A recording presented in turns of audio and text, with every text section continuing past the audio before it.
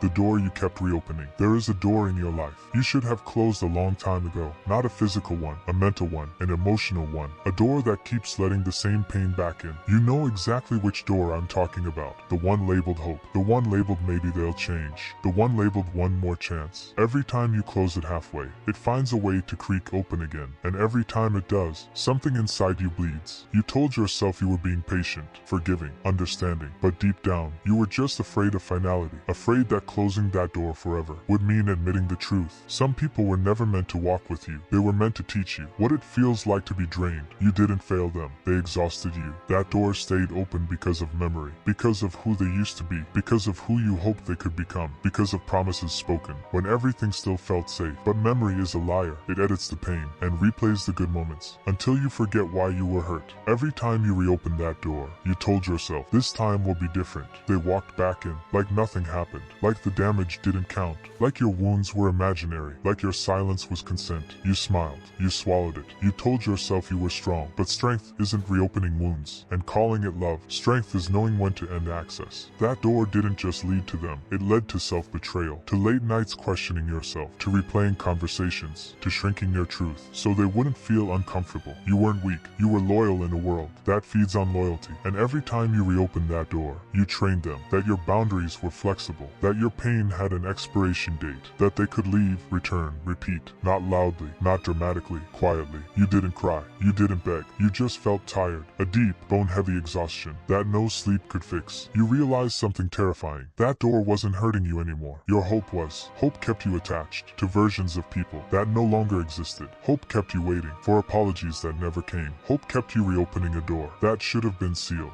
That's when the monster stirred. Not rage, clarity. You stopped romanticizing what hurt you. Stopped calling patterns mistakes. Stopped confusing familiarity with safety. You looked at that door again. You didn't hesitate. You saw everything clearly. The disrespect disguised as honesty. The distance disguised as independence. The control disguised as concern. Some doors don't lead forward. They loop. Closing that door forever wasn't cruelty. It was survival. You didn't owe them access. You didn't owe them explanation. You didn't owe them closure. Closure is something you give yourself the moment you stop reopening what broke you. So you closed it. Not gently. Not with hesitation. You closed it with finality. And the silence that followed? Terrifying. Relieving. Powerful. Nothing could come back in. The silence after the slam. When you close a door forever, the first thing you hear isn't peace. It's silence. Heavy. Unfamiliar. Almost violent in how loud it feels. Because chaos becomes comfort. When you've lived inside it long enough and suddenly it's gone, your mind reaches for noise. For explanations. For justification. For reasons to reopen what you just sealed. That's withdrawal. Not from them. From the version of you that survived by tolerating pain. You feel guilt. Sharp. Unexpected. Not because you did something wrong, but because you finally did something right. That contradicts who you used to be. You replay old moments. Their laughter. Their voice. The rare times they showed up. Your brain edits out the damage and highlights the comfort.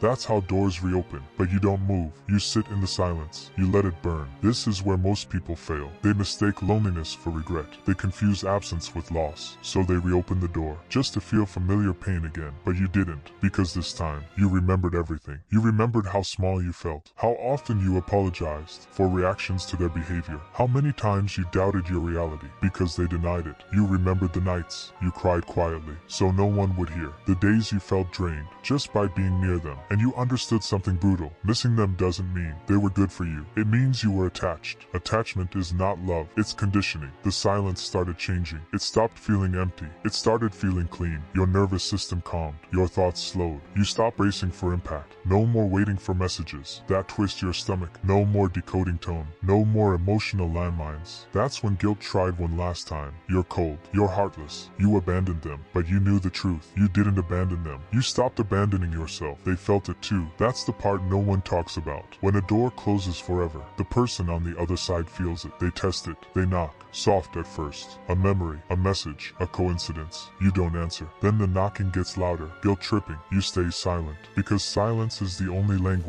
a closed door understands. They realize something is different. This time, you didn't leave a crack. No emotional window. No maybe later. No emergency access. And that unsettles them. Because people who benefit from your openness panic when it disappears. They start questioning themselves. Rewriting history. Blaming you. You're not responsible for how they cope with losing access to you. Your job is to protect protect the peace you bled for. The monster inside you understands this, not cruelty. Boundaries. You didn't close the door to punish them. You closed it to breathe, not loneliness. Space to rebuild. Space to remember who you were before survival became your personality. Space to grow teeth without becoming bitter. That door stays closed, not out of anger, out of clarity. When they realize it's permanent, you never see it, but you feel it. When they realize the door isn't opening again. Not today, not later, not after one more message. Forever. At first, they don't accept it. They assume this is another phase, another boundary you'll soften, another silence you'll break, because you always did before. They tell themselves you'll come back, that you always do, that you can't really walk away. But time passes, and nothing changes. No response, no explanation, no reaction, just absence. Because access creates entitlement, and entitlement hates finality. They replay everything, every conversation, every moment they crossed the line, and you stayed. They realize how much you tolerated, how much you forgave, how much you normalized. You weren't weak, you were patient. They tried different tactics, kindness, concern, guilt. They ask if you're okay. They pretend they care, not because they changed, but because control slipped. You don't answer. Then comes anger. They rewrite the story. They tell others you're cold, unstable, unfair. They say you changed. They say you're dramatic. People who lose access always rewrite the ending to protect their ego. The door stays closed. You feel it too, a strange calm, because you're no longer reacting. You're no longer explaining. You're no longer pulled into chaos. Your energy returns, not all at once, but enough to notice. You sleep better. You think clearer. Your chest doesn't tighten when your phone lights up.